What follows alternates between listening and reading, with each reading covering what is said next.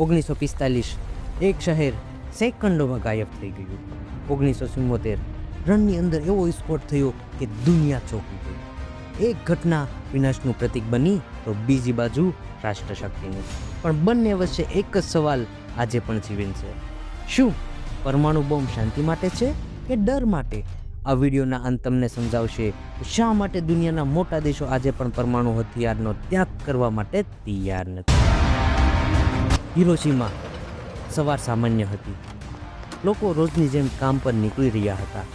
બાળકો હસતા રમતા સ્કૂલ તરફ જઈ રહ્યા હતા. એક નાનું બાળક સ્કૂલની બેગ પીઠ પર લઈને રસ્તા પર દોડી રહ્યું હતું. એક માં બારણેથી સ્મિત સાથે હાથ લહેરાવી રહી હતી. કોઈને જરા પણ અંદાજો નહોતો કે આ શહેર માટે આ છેલ્લી સામાન્ય સવાર બની રહી હતી. સવારના 8:15 આકાશમાં એક વિમાન દેખાયું. એનોલા ગાય અને થોડા સેકન્ડોમાં તેમાંથી નીચે પડ્યું લિટલ બોય. પણ સૌથી ભયાનક વાત તે બોમ્બ નહીં પરંતુ તેની ગરમી હતી. હિરોશીમા એક જ સેકન્ડમાં તાપમાનના 1000 ડિગ્રી સુધી પહોંચી ગયું. ઘરો બળી ગયા, લોખંડ પણ ગરમી સામે વળી ગયું.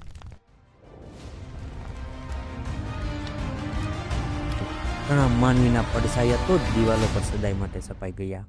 કેટલાક લોકોને મૃત્યુ તરત મળ્યું પણ ઘણા લોકો જીવતા રહ્યા. અને પછી શરૂ થયો એક અદૃશ્ય હુમલો, રેડિયેશન, જે ધીમે ધીમે શરીરની અંદરથી તોડતું ગયું. કેટલાક લોકો માત્ર એક શબ્દ બોલી રહ્યા હતા, તે એટલે કે પાણી. પણ થોડા જ મિનિટોમાં શહેરોના અવાજો એક પછી એક બંધ થવા લાગ્યા. પણ અમેરિકા અહીં અટક્યું નહીં. 3 દિવસ પછી નાગાસાકી પર બીજો બોમ્બ પડ્યો, ફેટમેન. આ બીજો વિસ્ફોટ દુનિયાને પહેલીવાર સ્પષ્ટ રીતે સમજાવ્યું કે હવે એક દેશ માટે એવી શક્તિ આવી ગઈ હતી કે જે આખા યુદ્ધનો નિર્ણય માત્ર એક બટનથી કરી. જાપાનને અંતે સમર્પણ કર્યું.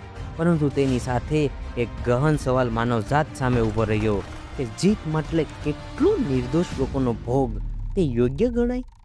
અને આ જ ક્ષણની શરૂ થઈ દુનિયાની સૌથી ખતરનાક દોડ, તે એટલે કે પરમાણુ શક્તિની દોડ. યુનાઇટેડ સ્ટેટ પાસે બોમ્બ હતો, હવે સોવિયત યુનિયને પણ બનાવ્યો, પછી યુનાઇટેડ કિંગડમે, પછી ફ્રાન્સે અને પછી ચાઇના. હવે શક્તિનો અર્થ બદલાઈ ગયો. સૈન્ય મોટું હોવું પૂરતું નહોતું, હવે ડિટરન્સ પણ મહત્વનું બન્યું. જે વધુ વિનાશ કરી શકે તે વધુ સુરક્ષિત ગણાયું. પણ ભારત ત્યારે શું કરી રહ્યું હતું? ઇન્ડિયા એટલે કે ભારત ત્યારે વિકાસ, ગરીબી અને યુદ્ધ પછીની મુશ્કેલીઓમાં હતું. પરમાણુ હથિયાર દૂરનું તો સપનું લાગતું હતું. પણ 1962માં બધું બદલાઈ ગયું. China India war. સીમા પર હાર માત્ર સૈન્ય હાર નહોતી, તે વ્યૂહાત્મક ચેતવણી હતી.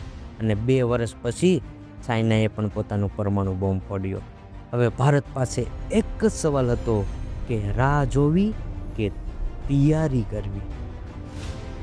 હોમી જહાંગીર ભાભા પહેલેથી જ ઇન્ડિયા માટે પરમાણુ દ્રષ્ટિ બનાવી રહ્યા હતા.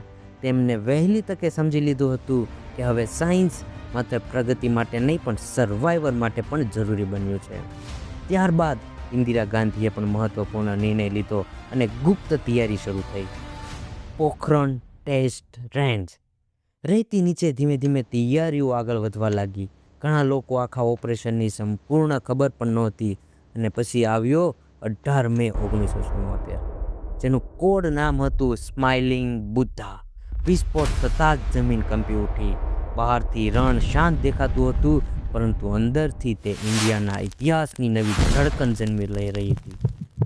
થોડા ક્ષણોમાં દુનિયાને ખબર પડી ગઈ કે હવે ઇન્ડિયા પણ ન્યુક્લિયર ક્લબમાં પ્રવેશી ગયું છે.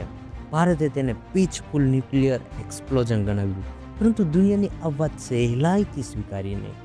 યુનાઇટેડ સ્ટેટ અને પશ્ચિમ દેશોએ પ્રતિબંધ લગાવ્યા કે ટેકનોલોજી એક્સેસ રોકાઈ, સાયન્ટિફિક કોઓપરેશન ઘટ્યું, પણ ભારત પાછું ન વળ્યું. કારણ કે સિક્યુરિટી હવે ડિપ્લોમેસી જેટલી જ મહત્વપૂર્ણ બની હતી.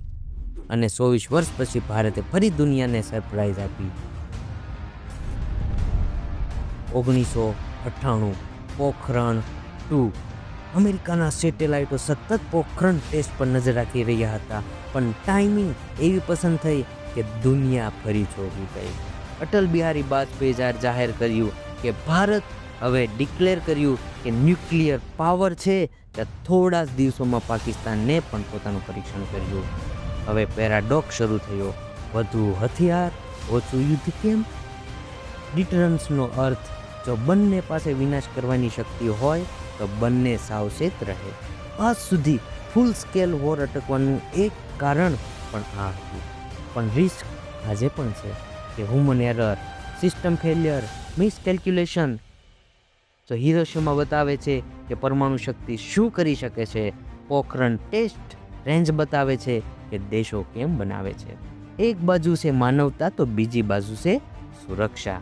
અને કદાચ એટલા માટે જ દુનિયા આજે પણ પરમાણુ છોડવા ડરે છે, કારણ કે કેટલાક હથિયારો યુદ્ધ માટે નહીં પરંતુ યુદ્ધ રોકવા માટે બનાવાય છે.